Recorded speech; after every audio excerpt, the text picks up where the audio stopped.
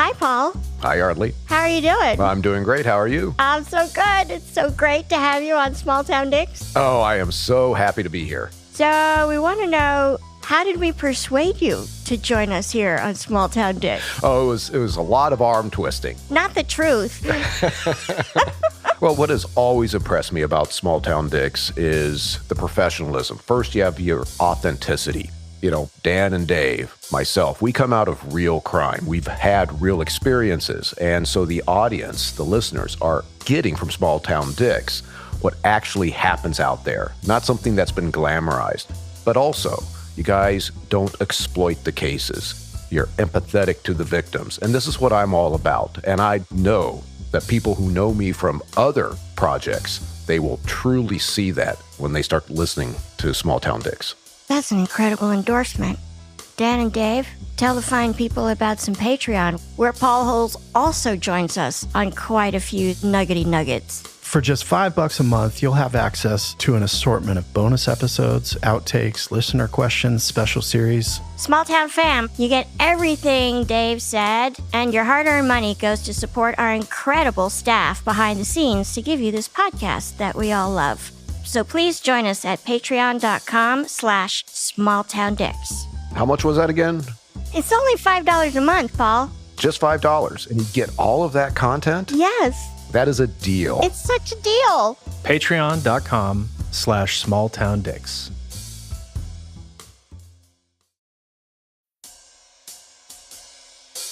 Hey, Small Town fam. We have a fascinating, deeply personal case for you today. For starters, the first thing Detective Matt said about this case when he sat down with us was, it was the worst year of his life. And as he offered up details of going deep undercover, all I could think was how this assignment he'd taken on sounded like a season of Homeland or a Tom Clancy novel, except that in Matt's case, it was very, very real. And the potential for life-threatening danger hung in the air for him every minute of every day for over a year. And it was not just the danger of Matt getting found out, but the potential danger of hundreds of people getting killed if Matt's mission failed. So we at Small Town Dicks also wanted to know what kind of toll stress like that takes on a man and his family. This is Deep Cover. Hi there, I'm Yardley. I'm Dan. I'm Dave. And I'm Paul. And this is Small Town Dicks. Dave and I are identical twins and retired detectives from Small Town, USA. And I'm a veteran cold case investigator who helped catch the Golden State Killer using a revolutionary DNA tool. Between the three of us, we've investigated thousands of crimes, from petty theft to sexual assault, child abuse to murder. Each case we cover is told by the detective who investigated it, offering a rare, personal account of how they solved the crime. Names, places, and certain details have been changed to protect the privacy of victims and their families. And although we're aware that some of our listeners may be familiar with these cases, we ask you to please join us in continuing to protect the true identities of those involved out of respect for what they've been through. Thank you.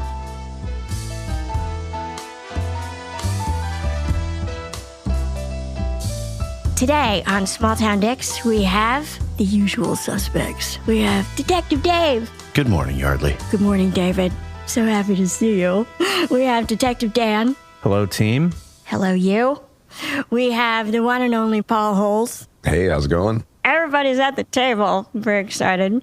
And Small Town fam, we are so pleased to welcome back to the podcast one of our new fan favorites, Detective Matt. Good morning. Thanks for having me back. We're so happy to have you, and I have to say, we're here in South Florida. We're actually meeting in person for the very first time. Last time that we had you on the podcast, we did it over Zoom, of course.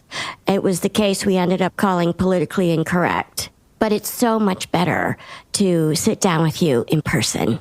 Definitely. So, Matt, we're ready to hear about the worst year of your life.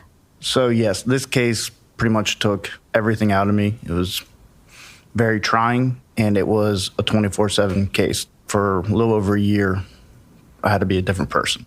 You know, I went into undercover narcotics work, and I was young, and everybody's like, oh, well, what do you want to do? I want to do a deep cover case. That's what everybody wants to do, you know, see how deep you can go.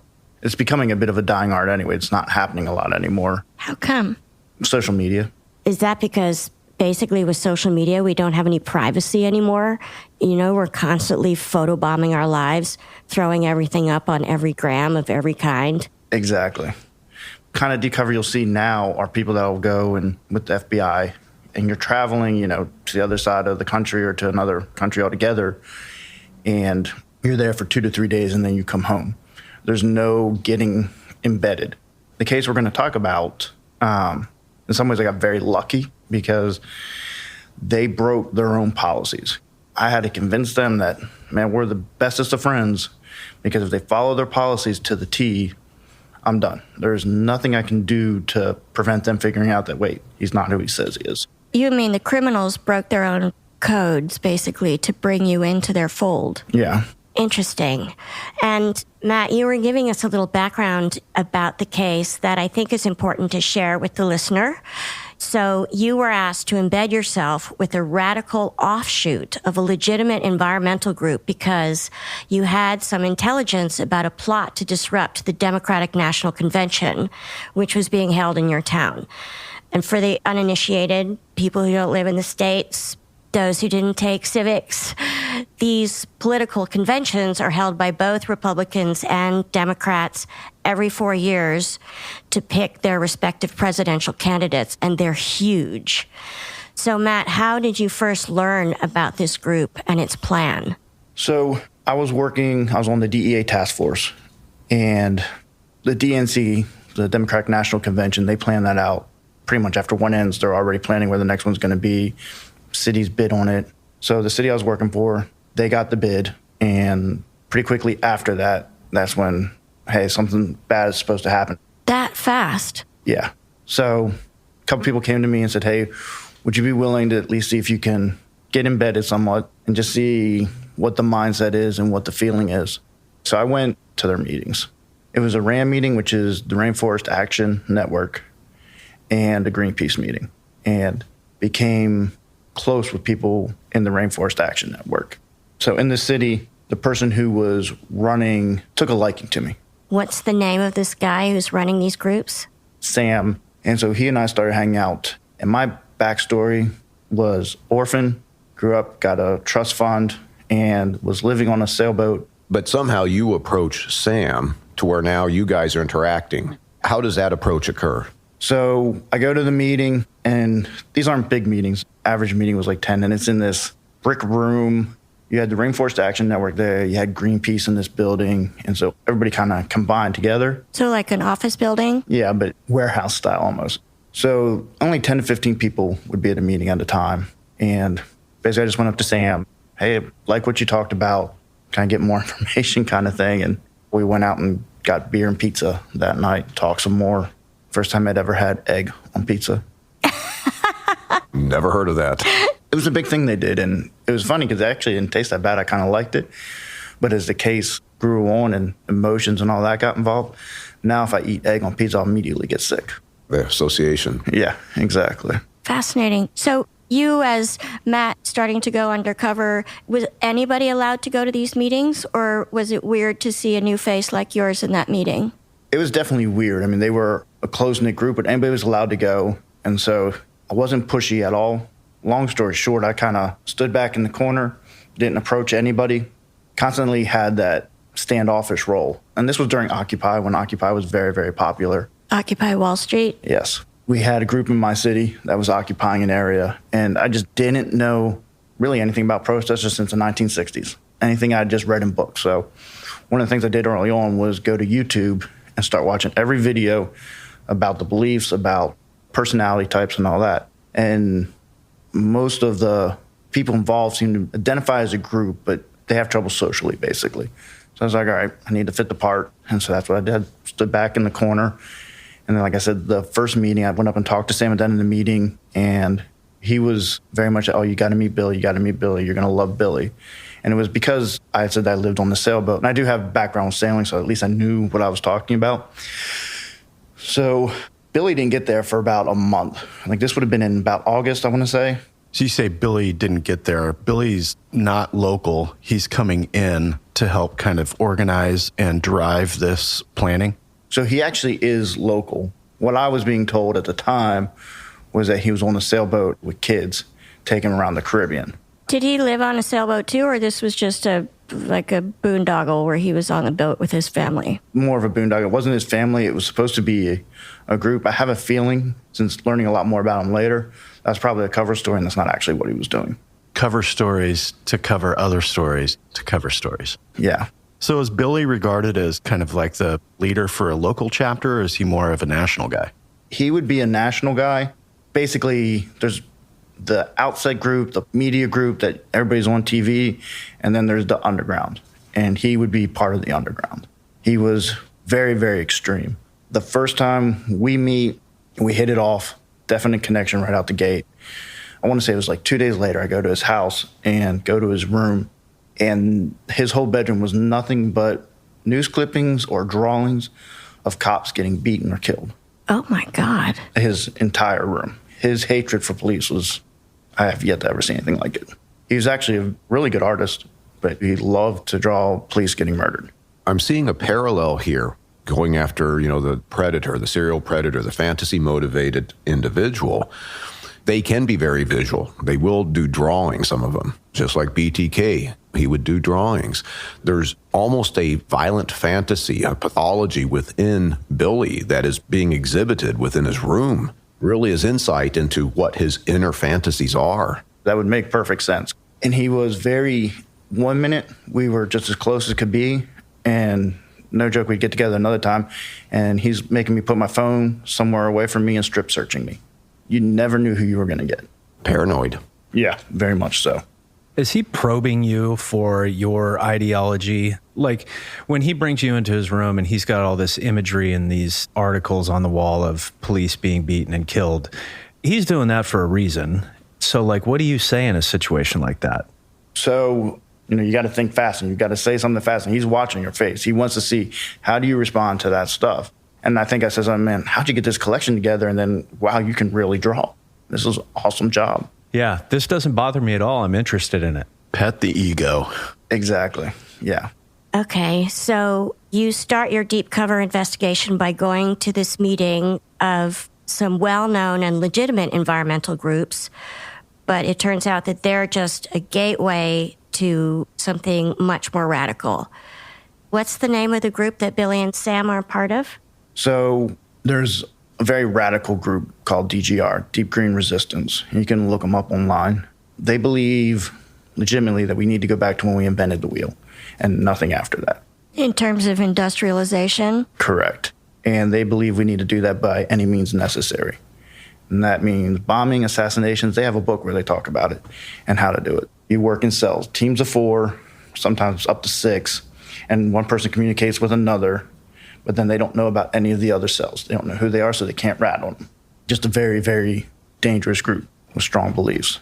And then Billy was very pro-gun. But about a week later, he had me go shooting with him to teach me how to use a gun. Because he had a big farm that he lived on. He had 2 houses, one in town, and this other one was his parents, and it's a huge farm. And he had me walk down to go put the targets on. That's one of those ones you're like, am I getting shot in the back today? Oh, you mean Billy told you to go down range and just stick the targets on the tree? So now you have your back to this crazy, unpredictable lunatic. Exactly. Oh, my God. Yeah, in law enforcement, and all of us have been trained in firearms, and, safety is the first priority when you're at the range. Anytime you're handling a weapon, and nobody goes downrange at all. Everyone goes together. You go together downrange, not just one person. So, that would set off big alarm bells in my head. So Billy says, let's go shooting, and you said you guys did it out at his farm versus the city residence. What's it like? Are you in the woods? Are you in an open field? Where are you setting up these targets while you're wondering if you're going to get shot in the back? So it is the woods. It's actually, he made almost his own range because he had cut down a bunch of trees and then cut some like halfway down and put the targets on top of the trees that were halfway down. He was actually quite the lumberjack, to be honest. And it's funny, so it made me think of something. So when my agency listens to this will be the first time they find out. Because if I had mentioned this, that I was putting up targets, they'd have pulled me immediately out of the guy and kicked out of the case. And rightfully so. Because it was too risky. Now you've crossed a line. Oh, yeah. You're walking down to throw these targets up, Dear Father who art in heaven, hallowed be thy name. You feel eyes like burning through your back. Did you ever like look over your shoulder? Hey, is he looking at me through an aim point right now, or is he just reloading magazines? You know how it is when you get in that really bad spot that you don't even want to look back. Like, what good is it going to do you? Just walk and you don't even want to know what's going to come. I'm not going to feel a thing. Exactly. Hopefully it's a really good shot. 100%. So, again, you don't know, is he testing you? Is this just part of it? And I was shocked, not just from Billy, but from many of the others. The amount of tests that you have to go through, the vetting process was unreal. They would call me up 2 o'clock in the morning, 3 o'clock in the morning, come on, let's go. And we're going out and we're doing something.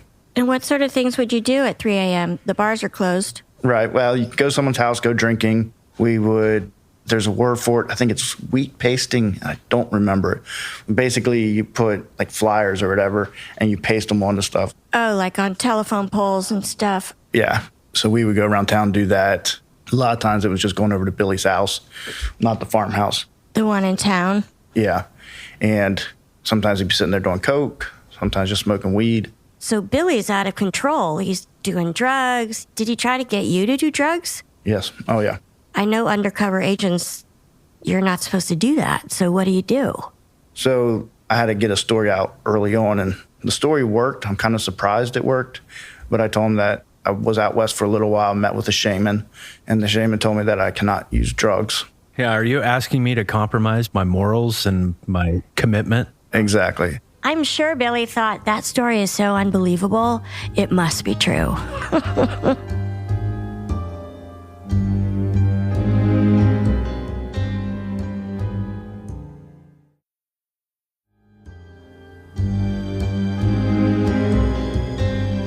The feds come to you, say, hey, we're worried about this group being extreme and causing havoc at the Democratic National Convention in your town. You start going to meetings. You meet Sam. Sam's like, oh, hey, I want you to meet the honcho, and that's Billy. I imagine it's difficult for Billy to just go, you know what? Yeah, you're a brand new face. Let's go hang out. That's awkward. So you have to massage that relationship and build it.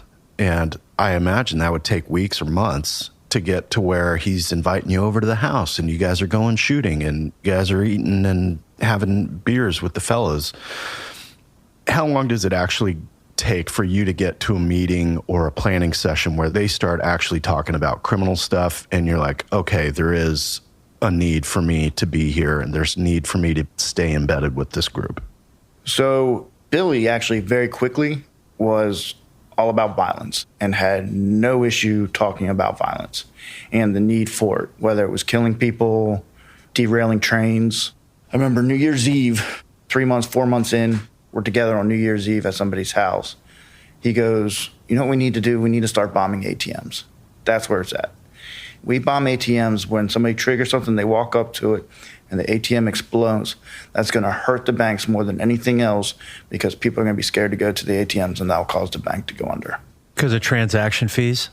Not getting the transaction fees? No, like actually having the machine blow up and kill the person. No, but like people are going to be scared to go and the bank is going to miss out on transaction fees or whatever. I'm joking about the transaction fees, but Billy's missing the way banks do business if he thinks blowing up an ATM is going to make the bank go under. Yeah. Do you know if Billy had been successful in the past about setting bombs that actually killed or maimed people? Do you know if he had killed anyone with his bare hands, anything like that? I do not know of him killing anybody or completing any bombs. I will say Billy's idea with the ATMs, that happened in Australia. And the only person I've ever heard talk about that idea was Billy. For the life of me, I know he has to somehow be behind it. Billy has his fingers elsewhere? Yeah, I would guarantee. Because he did. He would travel all the time, just disappear. How old is Billy? What's he look like? What's his affect? Billy now would be in his early 30s. Oh, he's young. Yes. Skinny, long blonde hair. He'd be considered very good looking. Tall? Short? Probably about 5'10", 5'9", 5'10". Did Billy have a family? Did he have a wife and kids of his own? No, he does not. Okay, so he was a loner. Yes, very much so. Do you get any sense of what his background is? So Billy went to college. He's actually very, very book smart. Common sense, It's ground level. But when it comes to book smart, he's through the roof. And he went to a college actually in the same state where the city was. And he studied fertilizing chemistry. And so he learned all different ways to make bombs.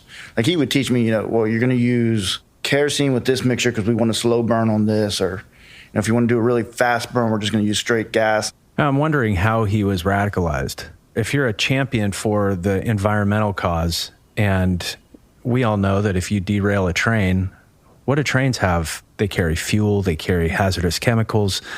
So the hypocrisy there of causing a train derailment and potentially an environmental disaster seems to kind of go against what you're trying to protect.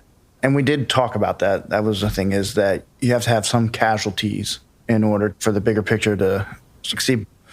So while I was in this city, we were targeting Bank of America. That's who we were going after. The reason we were going after Bank of America, supposedly, was because they give out loans to coal companies that destroy the mountains. So Bank of America was having a shareholders meeting at their headquarters. And Rainforest Action Network, Greenpeace, ALF, which, see if I remember what ALF stood for, Animal Liberation Front. And then you had Earth First, you had ELF, which is Earth Liberation Front. All these groups came. It was a huge protest, just to protest Bank of America that interrupt the shareholders meeting. And the shareholders was in May, so this is kind of down the road a little bit. And I'll tell you how long it's taken. Since August, I'm still working on getting vetted in. I had an apartment that was funded by the FBI that I lived in 24/7, and I actually would sleep in the living room right underneath the window, just because if anybody was going to shoot up the place, I figured the safest place I could be would be right there because they would shoot over me. Getting followed was typical, so it was intense. So the shareholders meeting, we had all these people come into town, and this was my vetting process. I was going to get arrested. What they do for these big protests are the people that are going to get arrested are decided ahead of time, and you're on an arrest team. Just like law enforcement has arrest team that do the arresting, well, this is a getting arrested team. Wow. And so I imagine the instructions for a team that's going to get arrested is you're going to be the agitators. You're going to do a lot of disruption, property damage, confronting police physically. Get yourself arrested. Do whatever it takes. Correct. And so we had 5 or 6 meetings led by Laura. Laura was from the West Coast and actually was kind of famous for some of the stuff she did during Katrina. She did some protest and some violent action during those times. And does she work for Rainforest Action Network, or she's like an outside hire? And I don't know this for sure, but I put a lot of money down. She's getting paid by multiple fronts. She's like a consultant. Yes. A protest consultant. Yeah. Laura always wanted violence. That was where her head was constantly at. She had gone to prison for prior violent acts. Her pride for that was insane.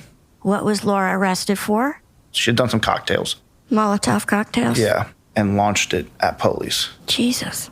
We differentiate between protesters and ne'er-do-wells. Yeah. And Laura and Billy are ne'er-do-wells. They're not protesting. This is beyond that. They're trying to hurt people. 100%. So they came in and they met with us, and basically, you're going to get arrested. Whatever it takes to get arrested, you're going to do. Even if it's punching a cop, that's what you're going to do. So my contact, obviously, with my agency is sporadic and very little. And so all this is going on, and most of it is quick text messages, turn around, delete them. And it was decided, so for this protest, 6 o'clock in the morning, we were going to take the street, the protesters, the ones of us that were going to get arrested, we're going to be in the front and block the street. And, with the text messages with my agency, all right, that's when I can get arrested. There won't be a lot of people. This will be perfect. Last thing I need is for my picture to go everywhere. So, Matt, you're afraid if your face gets on the news that somebody that you know who doesn't know you're undercover might dime you out. Exactly. So you have these meetings, multiple meetings. Laura's kind of facilitating. This is a 101 on how to get arrested at a protest. And if plan A doesn't work, go to plan B, C, D, E, whatever. Do you have to run that up the chain to let your command staff know, hey, by the way, there is going to be some violence. It's going to happen during the shareholders meeting. and they've got me out front and I'm supposed to get arrested. So just giving you a heads up. Yeah, my handler, and the handler is somebody that, while I'm undercover, they're my safety net. They're the ones who are in charge of me. And so this was the intel unit that was operating everything with the police department. My specific handler was a good friend of mine. So they were handling everything. Like, I basically sent him a text that I have to get arrested. This isn't an option type thing. This is part of the vetting. And he made it happen. And he did a great job. He went directly to the deputy chief and the chief. They went and spoke to the sheriff, and the sheriff was going to himself do the computer to make sure there's no problem that my real identity doesn't come out then, and that none of the deputies, even at the jail, were going to know who I was. Perfect. Exactly. So your handler, he's on board and he's talking to his command staff, a select few people. Correct. And you guys are trying to create a game plan, or they just know that you're going to get arrested. I'm assuming that you want to get arrested without having to escalate. Like, let's get this done as fast as possible. Correct. And I thought that's what I had. So we're going back and forth on text. Listen, 6 o'clock in the morning at this location, we are taking the street to march to Bank of America. Obviously, that's a crime. We're not allowed to block traffic. We're going to have hundreds of people behind us. This is the perfect time to arrest us. And the protesters are expecting us to get arrested. They don't think that we're going to be allowed to do this. So this will give me my credibility. Everything will be great. Perfect. That's what we're going to do. So I'm sleeping with the protesters that night, and I'm a nervous wreck. All that's going through my head is, holy shit, I'm getting arrested tomorrow. Holy shit, I'm getting arrested tomorrow. Is it the first time you've been arrested? Yes. So I was nervous. But anyway, get through the night, 6 o'clock in the morning comes, and we're up and rolling. We take the street. Immediately, bike officers cut us off and block us. I'm like, oh, this is picture perfect. This is going to go great. So they have us blocked, and 20 minutes goes by, and they're still stopping us, but nothing's happening. And so now the beads of sweat are coming down my face, and I'm like, oh, come on. And, the other guys I'm getting arrested with, we're kind of all looking around like, what's going on? What's going to happen? What's an eco-terrorist got to do around here to get arrested? Right? And so we're stopped 30 minutes, just standing there. I think they just wanted to see me sweat for a while. And then all of a sudden you see the bike officers just go. They leave. They leave. And we take the street and march up to Bank of America. So now I'm like, I hate people. I hate everyone. And I did have 2 people that were assigned to arrest me. They were friends of mine. They knew who I was, and they were going to be the ones to arrest me whenever it was time. Were they among those bike officers? No, which was also a sign that something was not right. So we get to Bank of America, and it's at a corner, and it's right in the heart of the city. There's over 1,000 protesters. Like, I've seen the picture. Like, it's a huge protest. It's got national attention. Everybody knew it was going to happen. You had RAND, Greenpeace, all the other organizations I named, plus this was during the mortgage crisis, so you had a bunch of those getting involved in it too. So we're sitting there, and I knew what was going to happen. Eventually, Laura comes up and grabs those of us that are supposed to get arrested, and there's 4 of us. And they have the protesters kind of form a wall around us and duck down so we can talk. She goes, all right, y'all are taking the building. And you had police officers lined up all across. Your job is to get inside that building and get up to the shareholders meeting. Commit burglary. Correct. That was our job. Why do you call it burglary? It's unlawful entry with the intent to commit a crime. Exactly. Yeah. So I'm like, all right, I got to find a little opening, and then I can act, get through the line and get close and then act like I trip. Whatever I can do not to try to get beat up too bad. By the cops, you mean? Yeah, exactly. Because the 2 people that are supposed to arrest me, I see them, and they're nowhere near that area. And so I have no way of communicating with them and say, hey, I got to break through here. No, you raise your hand, you go, hey, over here. Yes. Get over here. I hate you pigs. So I found an opening, and I was like, all right, I'm going for it. Like an opening in the line of policemen? Correct. Okay. Retrospect, what I should have done is looked at what officers were near that. You shouldn't try to jump a barricade when you have a young officer, big, been working out, ready to get his thing on. I didn't do that. I just saw the opening, so I go to launch over it, and he just has my body, and we're going to the ground. So I get arrested, and CNN is right there, and they have the camera in my face, and I'm like, yep, this is bad. And of course, RAND immediately has shirts. They want me getting publicity that I'm working for RAND. I got arrested with RAND. So that happens, and I have to sit there and wait for the other ones to get arrested, and eventually end up downtown with my friends. We're at the jail. We get inside the jail. And again, nobody at the jail knows who I am. And the guy that's photographing me says, "You look just like Charles Manson." I don't get paid enough for this. You mean the booking photo guy? Yeah. And I was there for 12 hours in the jail, and that was the longest 12 hours of my life. I sat there, and I had no idea what I was coming out to. One of the guys doing the processing said, "Yeah, we just saw you on CNN." Oh, no. So the whole time I'm curious, am I coming out to the SWAT team to get me out of the city? Like, has your cover been blown and your agency's going to remove you? Yeah. Or has your cover been blown and now RAN is going to, like, scuttle you away, never to be seen again? Exactly. And I found out later that my department, my handler, had actually gotten calls that, "Hey, do you know that guy's an officer that got arrested?" So a couple other officers had recognized me. And of course, I didn't know. And he's like, "Yeah, you do not talk about this," kind of thing. Oh, my God. So, Matt, what did you get charged for? I got a resisting charge. Did you get any punches in on anybody that you were like, "You're my old rival on patrol, I'm going after you"? No, they just got me. Got it. So I actually have a question about these officers at the jail who don't know you're undercover. Because if they fingerprint you, Yeah, that's what I was going to say. Like, what happens if you get fingerprinted and identified while you're undercover? All right, so another tangent. Obviously, they had to switch my fingerprints to come up to my UC name. They forgot to switch it back after the case. I went back to the DEA task force, and of course, I had to get fingerprinted and get my security clearance again. And I get called into the general supervisor's office, and he's like, "You came back as a terrorist." I was like, "Son of a bitch." I can explain that. My bad. I didn't know that was a problem.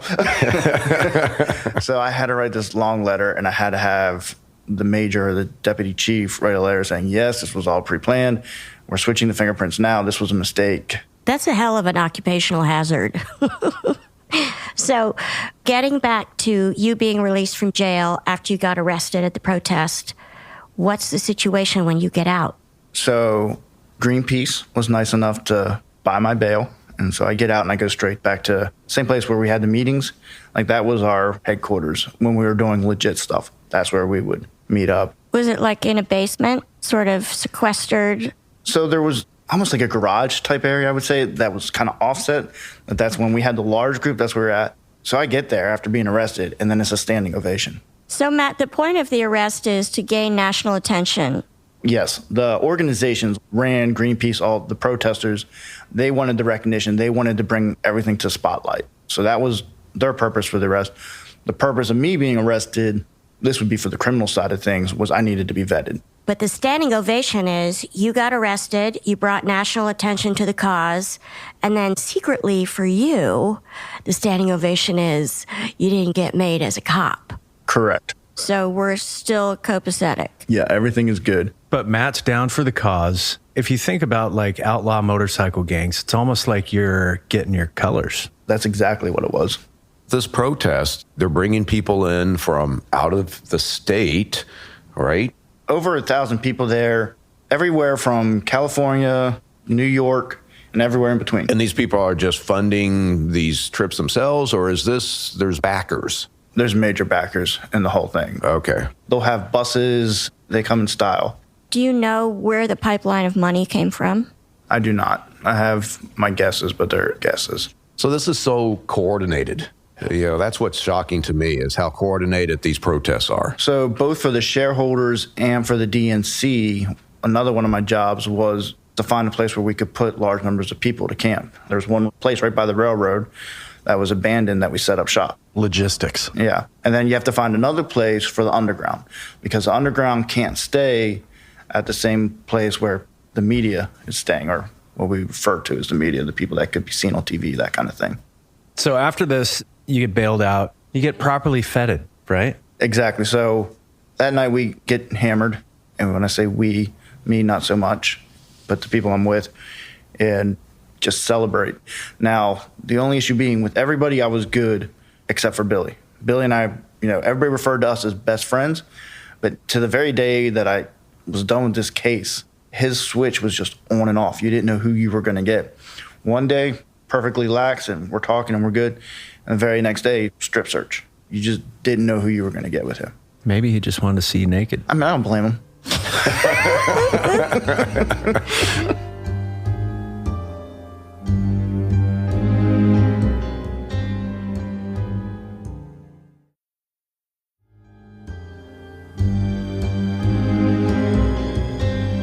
So, Matt, you've been arrested. There's a little bit of lull in between the next action, I'm guessing. You guys do some planning. You've got kind of two different camps, one for the media-facing folks, the other for the underground. And I imagine that the plan would be, let's make a bigger splash on this next one. So the next one's a DNC. And this was, this is going to be big. And this is when slowly the preparations start coming together. You're starting to get an influx of people into town. So one of the guys I became friends with was with the Communist Party. And he's part of this group with anarchists. I don't know if you can get more extreme than an anarchist and a communist, but the same goal, take everything down. Right. One side hates government. The other one wants the government involved in everything. Exactly. And the communist, I started hanging out with him some, and he started sleeping at my apartment sometimes. And he had forgotten his computer one time and asked to use mine because he was doing feeds with Iran to propaganda. FBI loved the fact, because it was an FBI computer, that he was nice enough to go ahead and do that. Sign in on their computer. Yeah, exactly. So during this time period, and this is when I learned more about DGR, Deep Green Resistance. We went to another part of the state, had a meeting there, did a lot of traveling, did some more shooting. Billy was very big in that. Like, he would preach a lot about that you need to know how to shoot. And when they come to your property, you need to be able to take care of things. Was he proficient? Yeah, he actually was. Had some training, like he knew how to move with a weapon. He knew how to move. He knew how to do quick reloads. How many of these folks are carrying weapons at these protests? Very few. He was one of the only ones that I know of. Most of them did not like firearms. Now, oddly enough, didn't like firearms, were perfectly fine with bombs. And you've built some credibility with this group. You're hanging out with Billy when his switch is turned to friendly. I imagine you're kind of informally being promoted through this organization to the point that now you're privy to some of the more high-level strategic planning sessions. What do those meetings look like?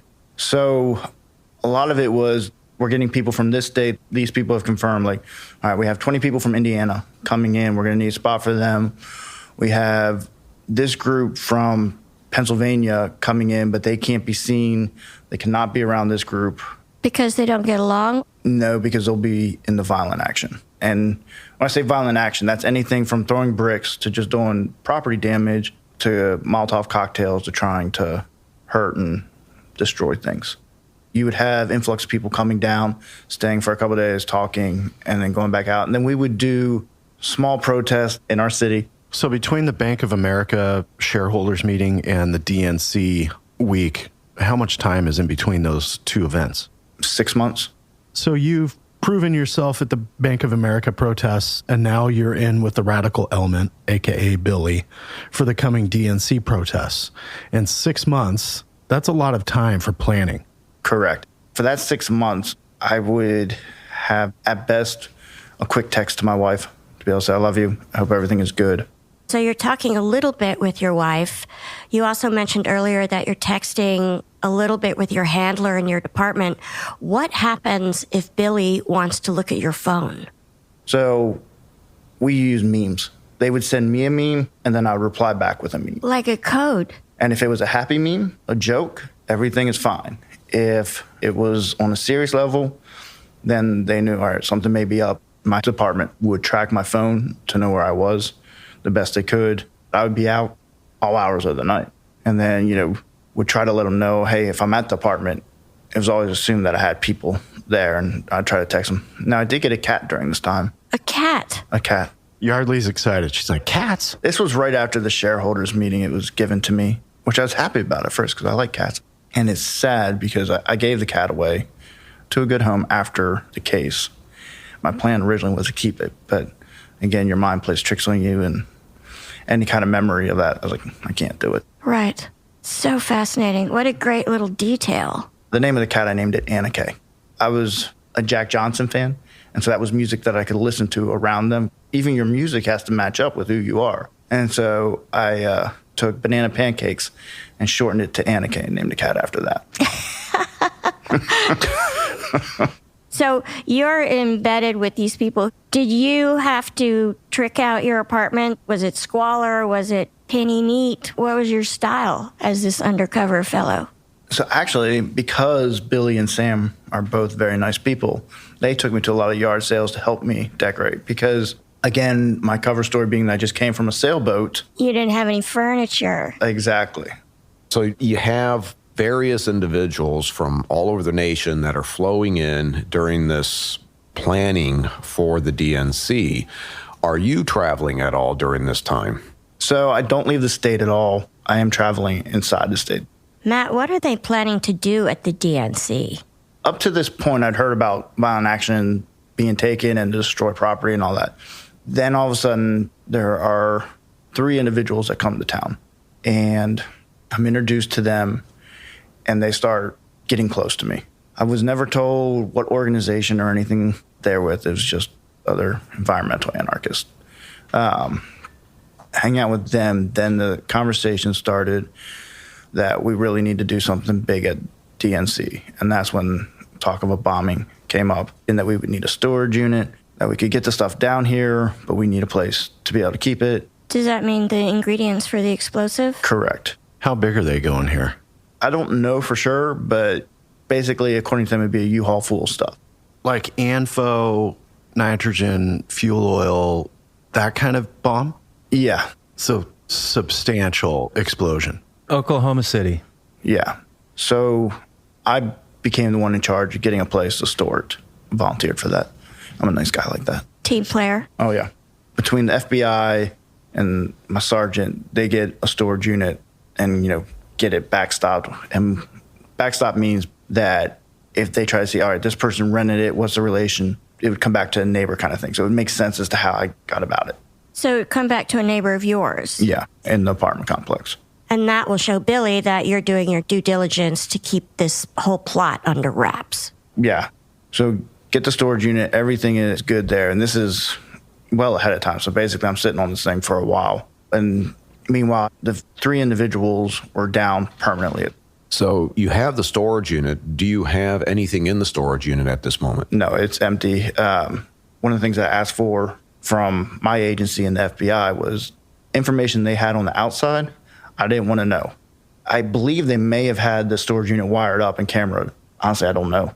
Who did? Your agency? Or the FBI. Or the FBI? Yeah. And you have 3 folks who come down, and it's clear like they're going to stay embedded until the DNC happens. Do they have like a team of bomb makers that come into town, and then you guys start putting a bomb together? So the way this ends up, basically I'm passing the information that group coming down, and meanwhile, the decision is made that these people that we know are here to commit violent acts, they are having the police around them at all times, marked, like noticeably around them at all times. Wait, what? The 3 bad people have police around them all the time? Yes, and some other people, and they even did it to me so that I wouldn't stand out.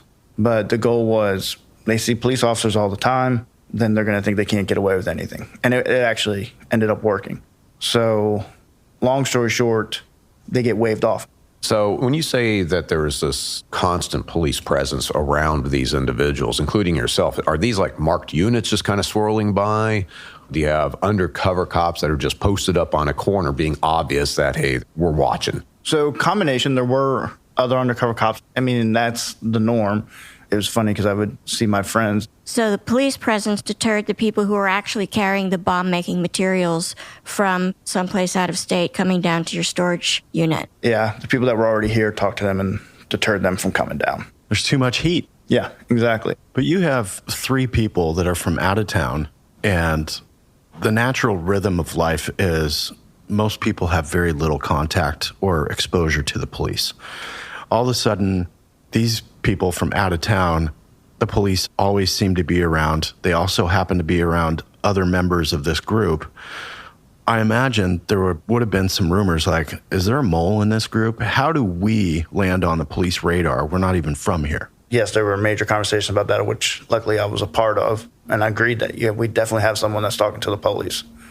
But by this point, you have an extra 400 or 500 people at least in town. And so it could be anyone. It could be anyone. And so I just have to make sure that I'm the person that's trying to help you figure out who it is. And that was an interesting game. Just to be 100% sure I'm tracking here, you, Matt, are the mole. Correct. Right. But you're like, look, I charged a police line. I took a beating. I got charged with resisting. You guys bailed me out.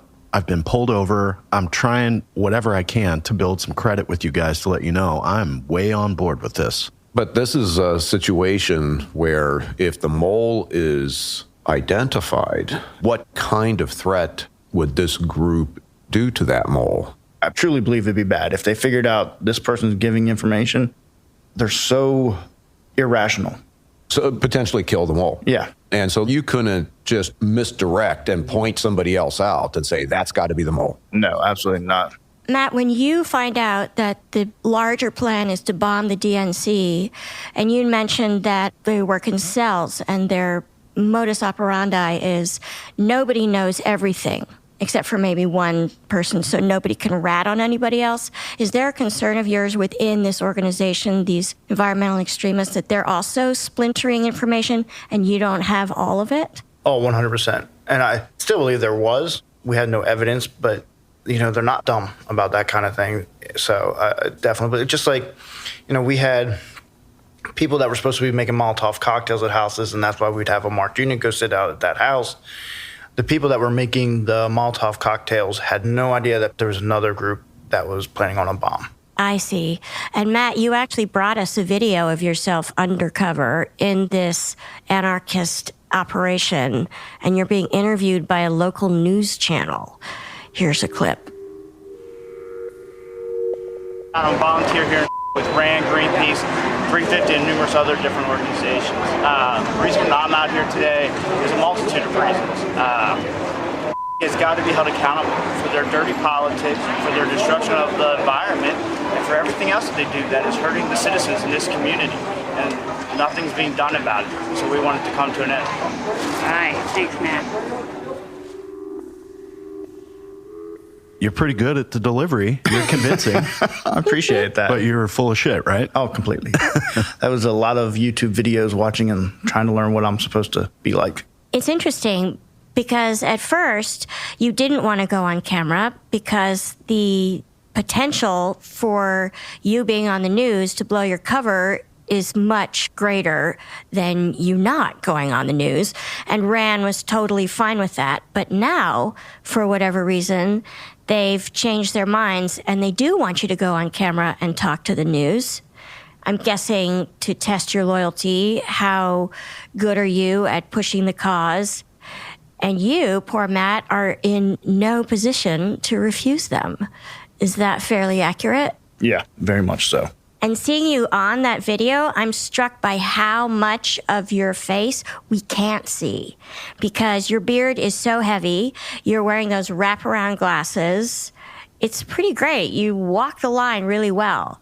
You're also wearing that grungy old T-shirt. So my question is, who dresses you for the part of environmental terrorist? Well, Goodwill, got clothes from Goodwill or out of dumpsters.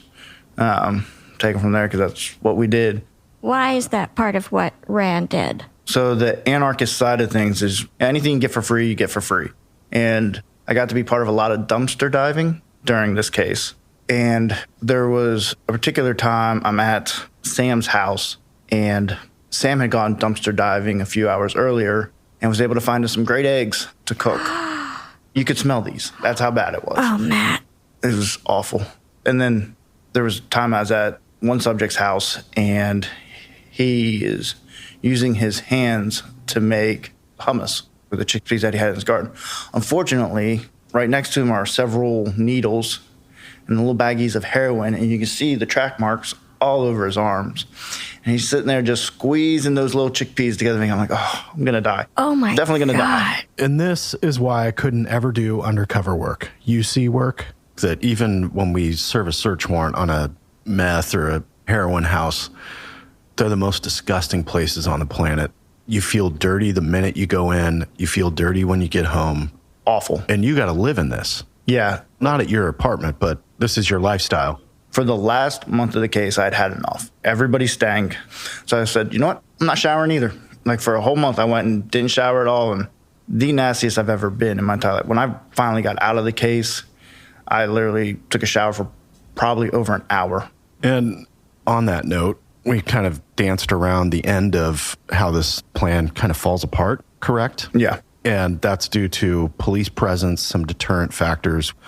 I mean, there's heat on lots of folks who are pretty high up in this organization, so much so that that organization waves off the next wave of people who are coming in with the big, bad bomb. That's correct. They tell them and others not to even bother showing up, that there's too much police presence. And I think they were told that there's a rat. Somebody's in here giving everything up. Because anytime any action was planned, all of a sudden the police would show up. So how long after the DNC planning stuff, how much longer are you embedded with these guys before you go back to your career? So I stuck right up until DNC was over, just in case they wanted to have that intelligence the whole time. They, meaning the FBI? Yes. The last day of the DNC is when I disappeared, and basically the FBI and the police department started going around with my wanted poster that I was wanted for domestic terrorism in another state. And so actually, Billy was the first one to call me, and I was like, bro, I love you, and I'm going to miss you, but I think it's time for you to get back on your sailboat and sail. Let me know that I was wanted. And I got multiple phone calls after that saying, hey, you need to get out of town. You need to go. But how perfect that they feel like it's their idea. Exactly. And then I did a cryptic message on Facebook. I think it's something along the lines of, it was nice seeing everyone. I'm going to be gone for a while. And then I got all the, we love you, man. Good luck. Take care. I mean, you're acting for months on end. Did you get close, like genuinely close with anybody in this organization? So there were a couple unwittings. An unwitting is someone who is around the criminal act, but they're not partaking in the criminal act themselves. There were a couple like that. Obviously, not every protester is bad. Not every protester has evil thoughts or wants to do dumb things or anything like that. And there were some that had legitimate gripes. When the mortgage thing crashed, absolutely people had legitimate gripes. And so there were people that I met with that you're like, oh, I really do feel bad for this person. So yeah, there were some friendships that way. Because I mean, you're with these people 24/7. Now, I spent a lot of my time with Billy and those few other subjects, and Billy was just an emotional roller coaster for me. Like, I mean, I was literally every single time scared to death. Is he going to snap today? Just all over the place, all the time. And the drugs obviously didn't help that. That just fueled him. What kind of drugs is Billy into? Cocaine and marijuana, but the cocaine was what would stir his brain pretty good. Okay. And would you carry weapons? Would you carry a firearm at all during this? No, I didn't have a gun with me the entire time, or any weapon at all. Feel a little bit naked? Yeah, a lot. Yeah. And would you say that this volatility that Billy exhibited has a lot to do with why you characterize this as one of the worst years of your life? Yeah. Now, with this undercover op that you did, okay, the bomb is not going to happen. Right. Was Billy arrested? Sam arrested? You know, how does this kind of wrap up? So the decision was made. It was the right decision. At the time, I was not happy about the decision. But in the middle of the DNC, Billy was arrested. What is he being arrested for? He had a suspended driver's license. That's what he got arrested on, a misdemeanor, and they didn't give him bail. Just to pick him off on that charge, no bail, that must have raised a lot of eyebrows in his organization. Yeah, and that's why I wasn't happy about it at the time. I understood the process. Like, they wanted him off the street so he couldn't do anything. You know, we had enough other people we were paying attention to, and this guy definitely very capable of doing something bad. That was the rationale. It just made my job harder than to not get burned. It seemed like that was my daily job, was to make sure that the fingers would not come back on me. They obviously couldn't hold him for very long on a minor charge. They had him in for over 24 hours. Knowing how it works, that's very suspicious to me. I was the one who picked Billy up from jail, and that was the first thing Billy said is, you know, this is bullshit. They held me because they were worried I was going to do something. He has to recognize there's some self-infliction here by being so vocal, so present in this movement, that he would go, well, they were just looking for something skinny, but yeah, they hit me as hard as they could for this suspended license. And I think he takes pride in some of that. He did interviews after that. He actually got on some national TV interviews after the arrest, and it was definitely a moment of pride for him. Yeah. How do you eject from this situation? How do you roll back into normal life? So, not easily would be the quick answer, but they sent around the wanted poster, There is, at 3 o'clock in the morning, a group that goes to the apartment that I was at that scoops up my personal belongings and gets those out. So from the FBI or something? Correct. Yeah. How's that determination made? Do they give you a heads up like, hey, this thing's over at 10 o'clock tonight, you are bailing out of this thing? Or are you telling them, hey, I got nothing left to do here, let's wrap this up? So I had actually asked to come out a couple of days earlier, and they said no. I was pretty washed at that point. There was about a 2-week period I just did not sleep at all there at the end, and I was spent. But they asked me to hang in there. I did, and then all of a sudden I got a text that says, clean yourself and go home. And when I say clean yourself, that means you got to make sure you don't have heat checks and get to your house. What's a heat check? Being followed like this for the entire year and 2 months, I was always getting followed. So I had to make sure that nobody was following me to get to my house. And that's basically, you'll drive down a dead-end street, see if there's any cars. You pay a lot of attention to your rear view mirror, what cars are back there. Stop at several gas stations. I always laughed at one, and I even laughed to his face. Because I pull up to a gas station, and I park at the front. He pulled up to a gas pump, didn't undo anything, and I got out of my car, and I could tell right out the gate that this was somebody following me. So I got out like I'm going into the store. And he gets out, starts to walk into the store with me, and that quick I jump back to the car and see him get to the door and then go back to the car. Subtle. So, Matt, how do you end up shaking that kind of heat, as you call it? So, actually, proud of myself. I got very good at it. Like pulling into parking lots, once you establish they're there, then it comes down to waiting to pull out in traffic in front of the right time, cutting through some streets, getting them lost, and get back out that way. Gotta love yellow lights. Yeah, exactly. You just got to time everything out perfectly. And your first objective a lot of times is get a few cars between you and them. Then once you have the few cars, then it's easier to do that dart into a street and they're going to miss you and you can be gone in a hurry. And then take us through, once Billy basically says, dude, you've been made, you got to go, get on your boat and sail away. How long is it between that moment and when you actually get home to your wife and your son? It wasn't long, like 2 hours. Oh, it's not like days. No. I didn't have any contact with the department or anything like that. Once I got to my house, then I called the department and talked to my handler and say, all right, I'm home. What was the reception like at home? Don't touch me. Like, again, I hadn't showered in a month, so I was filthy. It was a very surreal moment. Like, all your emotions hit pretty hard. When I got home, like, oh my gosh, this is actually over. We completed the mission. And of course, I hadn't slept. And so I went and I showered forever. And then my wife and I went and picked up my son from daycare. First time seeing him and giving him a hug. That was awesome. And my wife and I, we had to have that very frank conversation where I was a single mom for this amount of time. And I don't want to say she moved on. But she had to compensate. Yeah. And it's kind of like getting to know each other all over again. It would be ignorant, for lack of a better word, to say that I didn't change at all, that these cases don't play an impact on you, that don't cause you problems.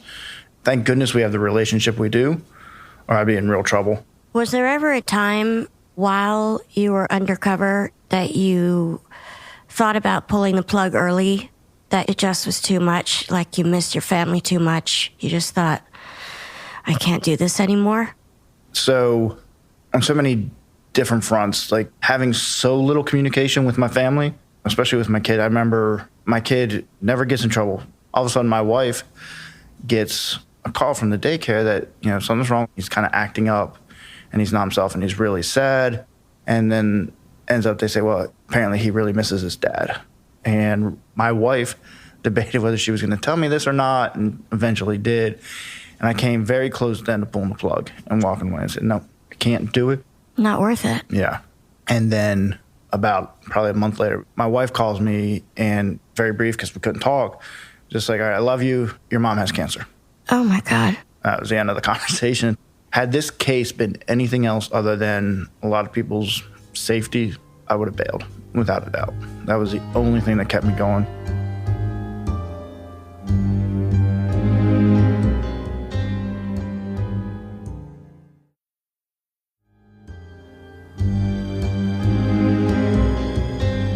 Run us through, what happened with these folks. Was Billy the only one that got arrested? Yes. Anything else come out on Billy? Any other charges that you know of? No. And I can tell you, he's still out with the movement. He's doing his thing. So obviously it was important to get Billy off the streets, even for 24 hours on a hold for a suspended license, which is actually a long time for a suspended license to be held in jail. But having him off the streets interrupts everything else that's going on in the periphery. And, you know, you talk about more serious charges for Billy. Talking about committing a crime is not a crime. No bomb was made. You need an act of furtherance. So they need bomb-making materials. They need other things to be acted upon in furtherance of this potential threat for it to actually rise to the level of a crime. And some people might say, was the juice worth the squeeze on this? That you basically just donated 14 months of your life to your department, to your community, and to this radical organization, all for a guy getting arrested for driving while suspended. That's the very, very narrow way of looking at this. You deterred a bombing that probably would have killed dozens, if not hundreds. Right. And I got the Medal of Valor, actually, for this case. Very nice. Yeah. I wanted to ask, you have any indication of Billy's reaction if he ever found out you were in law enforcement? So, not Billy, but one of Billy's drones, let's call him, wrote a thing that, well, if this undercover is not a real person, then it's okay to kill them because they don't actually exist. Because you had a fake identity. Correct. Bad legal takes. Wow. Yeah. I'm sure that, you know, Billy and Sam, they're very convincing, and they have almost probably a word track of how they motivate people to get on board with them. Billy especially, people were drawn to him. Like, very scary people drawn to him left and right. Emotions are all over the place, but people get drawn into him very, very quickly. He was good at getting people to do whatever he wanted them to do. Would you say he was charismatic? Oh, 100%. Well, you look at every cult leader, Jim Jones, David Koresh, Nexium, they all share the same characteristics. They're charismatic, they're convincing, people are drawn to them. I don't think it's coincidence. What's the end game? If your goal with these extreme groups is to overthrow the government, let's say you succeed in overthrowing the government, then what? Do they take over the government? Depending on which group you're talking to, the environmental anarchists, which are about your most extreme, their philosophy is you live all small communities, no centralized government.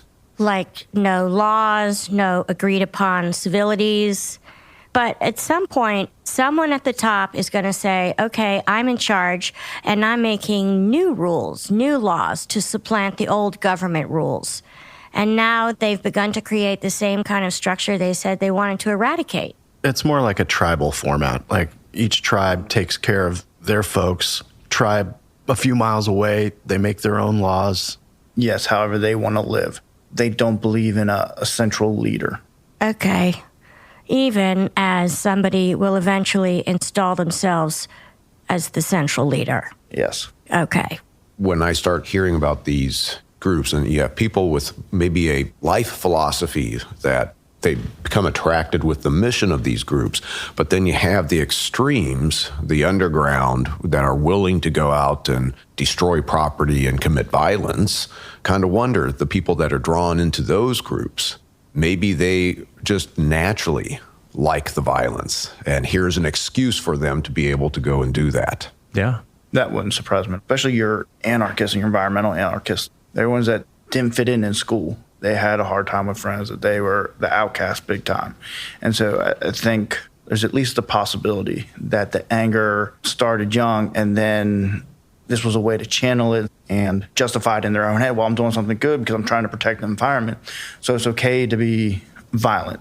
Yeah, there's a million different ways in which people justify their actions, whether they're good or bad. The one most overwhelming common trait of active shooters and people who commit mass violence is they've all felt slighted by something in society. That's the main factor that unites all these people. They felt slighted by, something at school or by society. We talk about incels.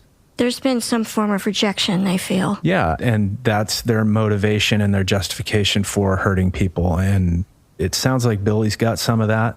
Yeah. Maybe to take it on the other side of the spectrum, Ted Kaczynski, Unabomber. He basically, in many ways, is the same as an eco-terrorist. Oh, 100%, yeah. And so he had a philosophy, the manifesto, he wrote all the way out. He's using the bombs.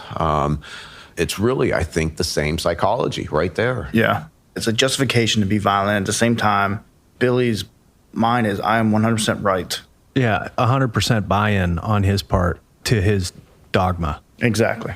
I am curious as to, why the DNC? Location, because of where it was going to be. It was going to bring a lot of attention to their cause. Exactly, and it was... In the same city as Bank of America, which was the main target. Yes. Would they have claimed credit if they had successfully bombed the DNC?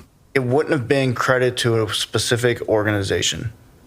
It would have been to environmental anarchists. So even though, Matt, we don't know exactly where the money comes from, if the donors are not on the ground with you, like literally boots on the ground with the organization, what's the end game for them? Did you have any sense of that? My belief was it was coming from another country. And I don't know if I have enough to back that up, but the reason I say that is it's a pot of money. It's not going just to environmental anarchists. It's not going to the communists. It's a pot of money that everybody's taking from to cause discontent and disruption. There are such different objectives, even within the groups, but yet... The flow of cash is there. Well, so you've got Greenpeace. Greenpeace paid for your attorney when you got arrested, right? There's got to be someone that knows how this money gets funneled in different ways, how it ends up at this little bubble of the greater organization of the, the more fringe violent stuff that we're talking about. Somebody knows how that money gets there. Greenpeace, when they're doing my bail or my lawyer, or things like that, or same with RAND, that money's a little more out in the open. I think that would be a lot easier to trace. But there's also another pot of money that may even be larger that you'll see come in with these small groups that want to do more radical things. Like, all right, you're going to have this group who's underground and they have to go to a separate location, but there's funding to get those people there, and it's not coming from one group. Like Greenpeace isn't going to put their name on that. Nothing will be attached to that. That money is ghost money. When you have that type of nation-sponsored activity to sow discontent, you could see where the money could be flowing through many different people, and it's going to be conflicting. That's why we're seeing this conflict, right? Yeah. Well, I'm sure the CIA is done in other countries. Oh, yeah. It's not like it's a one-way street. No, and especially now with all the discontent that is in the nation, they're going, oh, this is a way we can continue just to blow this up. Right, let's throw gasoline on that fire. I've said this so many times on this podcast, but this kind of work that you do, the kind of work that Dan and Dave and Paul do, it's just not natural. It's not sustainable without it taking this massive emotional toll on you. I just think that you all are made of different stuff. I appreciate that. So without prying too much, can you tell us what's the first step of trying to re-assimilate back into your everyday life? So when this case was over, they had me see a therapist. My wife went with me once. She broke down immediately. That's the other part, and that's the hard part. And honestly, the selfish side on me, because you don't think when you're doing that this has a huge effect on your family. And long afterwards, thank goodness everything has worked out the way it has. But my wife was a large part of me doing this podcast that, hey, it could be really good for you to talk about it. When I talk about it with her, I start to shake, I start to sweat. You have the continued nightmares from it and the paranoia and that kind of thing. And it's not sustainable. It takes its toll for sure. How long after you came out of your undercover role in this particular case were you able to finally see or speak to your mom? It wasn't long. It was within a week. But to be honest, my wife had dealt with everything with that. By the time I was there, things were looking good. And it didn't hit me probably until after I got out, just how you get so focused and so mind-driven, you block everything out, and then you kick yourself later. You're like, what was I thinking? And then how long before you're back at work? So hats off to the intel unit, my handler. So when I got out, we had a sit-down meeting, a debriefing, and they said, all right, we'll see you in a month. Take a month to try to recompose. We actually went out to the shore. The family did? Yeah. After that month and you go back to work, are you doing routine narc work, undercover buys? What are you doing? So yes, I went back to doing regular narc stuff, controlled buys. I went and at that time I was HIDA, which is high-intensity drug trafficking area. It was set up by Congress, and basically it's to help battle drugs kind of thing. Most states have them. Yeah. Did you get job satisfaction going back and doing that? So, yes and no.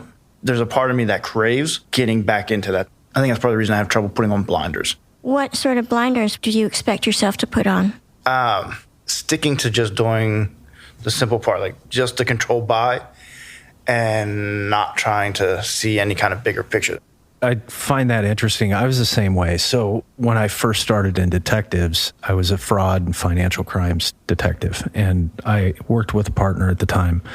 So I would work the fraud, financial crimes part of it, but 90% of the cases that I worked had a drug component to them also. So I would work that side of the case also. And my partner at the time, he would say, that's not your job to work that side of it. But for me, I couldn't do that. I was interested in the other side of it also. So that's one of the payoffs for me, was taking down both branches of that tree. But also, you don't just want to treat the symptom, you want to get at the cause. And if the cause is I'm drug addicted and I need money, so I'm going to steal, it's not connected. And that's a long branch. That branch goes and goes and goes. I knew a guy who with one agency was a homicide investigator, a lot of gang stuff in the west end of my county. He ends up going over to another agency where he's out on patrol. Well, when he rolls up at a homicide scene, he was starting to kick into investigative mode, and his superiors were telling him, stop it, stop it, stop it. He couldn't help himself because that is what he did, so I could see where with Matt, you're doing these controlled buys, but then you're going, hold on here. I could embed myself over here. I can actually take down a huge trafficking chain. Right, yeah. So interesting. Matt, thank you so much for bringing that to us. I'm glad that you are whole, that you're back with your family. Well, thank you very much. You saved God knows how many lives. Yeah. I appreciate that. Thank you. Thank you. Yeah, thank you, Matt. Thank you. Thanks, Matt.